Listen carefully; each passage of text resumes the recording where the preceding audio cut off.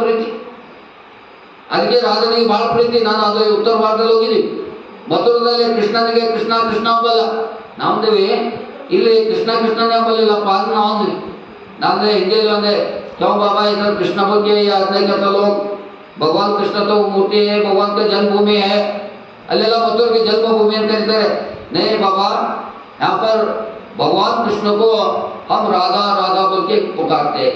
क्यों पुकारते हैं, कृष्ण क्यों नहीं पुकारते हैं अंदर और घटने ಹೇಳಿದ್ರು.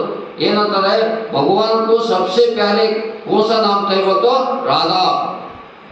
ಯಾಕೆ ರಾಧಾ ಅಂತ ಹೇಳಿತ್ತು ಅಂತಂದ್ರೆ, ರಾಧಾ ಅಂತ ಪ್ರೀತಿ ಏನಾಗಿತ್ತು ಅಂದ್ರೆ ಕೃಷ್ಣನಿಗೆ ಏನು ಕೇಳೋಲ್ಲ, ಕೃಷ್ಣನಿಗೆ ಏನು ಕೇಳೋದಿಲ್ಲ. ನಿನ್ನ ಕೇವಲ ನಿನ್ನ ನಾಮ ಒಂದೇ ಸಾಕು. ಅದಕ್ಕೆ ಮತ್ತೊಬ್ಬರಿ ದಾಸರು ಹೇಳ್ತಾರೆ, ನೀನೇ ಹಾಕೋ ನಿನ್ನ ಹಂಗೆ ಹಾಕೋ, ನಿನ್ನ ನಾಮದ ಬಲ ಒಂದೇ ಸಾಕು.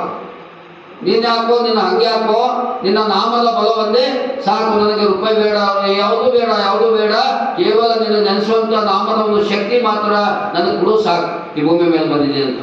ಹಾಗೆ ರಾಧಾ ಅಂದ್ರೇನು ಒಂದು ಪ್ರೀತಿಯ ಸಂಕೇತ. ರಾಧಾ ಅಂದ್ರೇನು ಒಂದು ನಿಸ್ವಾರ್ಥ ಪ್ರೀತಿಯ ಸಂಕೇತ. ರಾಧಾ ಏನು ಬೇಡೋದಿಲ್ಲ. ಅದಕ್ಕೆ ನಿಜವಾದಂಥ ಭಕ್ತ, ನಿಜವಾದಂಥ ದೇವರನ್ನು ನೆನೆಸುವಂಥ ವ್ಯಕ್ತಿ ಏನಾಗಬೇಕು ಅಂದರೆ ನಿಸ್ವಾರ್ಥ ಆಗಬೇಕು, ಭಿಕ್ಷುಕನಾಗಬಾರ್ದು. ಆದರೆ ಕರ್ಮಾಣ್ಯವಾಧಿಕಾರಸ್ಥೆ ಅಂತ ಹೇಳ್ತಾರೆ ಮತ್ತೊಬ್ಬರು ಭಗವದ್ಗೀತೆ ಶ್ಲೋಕ. ನಮ್ಮ ಕರ್ಮವನ್ನು ನಾವು ಮಾಡಬೇಕು, ಫಲ ಕೊಡೋದು ಅವನಿಗೆ ಬಿಟ್ಟಿದ್ದು. ಅದು ಭಗವಾನ್ ಕೃಷ್ಣ ಭಗವದ್ಗೀತೆಯಲ್ಲಿ ಹೇಳಿದ್ದು ಏನಂತಂದ್ರೆ, ನಿನ್ನ ಕರ್ಮವನ್ನು ನೀನು ಮಾಡು, ಫಲದ ಅಪೇಕ್ಷೆ ಪಡಬೇಡ, ಅದು ಫಲ ನಾನು ಕೊಡ್ತೇನೆ ಅಂತ. ನಾವೇನು ಮಾಡ್ತೇವೆ ಅಂದರೆ, ನಾವು ಕರ್ಮ ಮಾಡೋದ್ರ ಜೊತೆಗೆ ನಮ್ಮಲ್ಲಿ ಏನು ಮಾಡ್ತೇವೆ ಅಂದರೆ ಬೇಡುವಂಥ ಕೆಲಸ ನಮ್ಮ ಚಟ ಮನುಷ್ಯ ಅಂದರೆ. ಅದಕ್ಕೆ ನಾವು ಬೇಡುವಾಗ ಅದು ಪರಿಪೂರ್ಣ ಆಗಲಿಲ್ಲ ಅಂದರೆ ದೇವರು ಚೆನ್ನಿಲ್ಲ, ದೇವರೇ ಇಲ್ಲ, ನಾನೇ ಕೊನೆಗೆ ಏನಾಗ್ತದೆ, ನಾನು ಯಾರೆಂಬುದೇ ಅವನಿಗೆ ಅರಿವಾಗಲ್ಲ. ಇಂಥ ಒಂದು ಕಾನ್ಸೆಪ್ಟಲ್ಲಿ ನಾವು ಬದುಕ್ತಾ ಇರ್ತೀವಿ.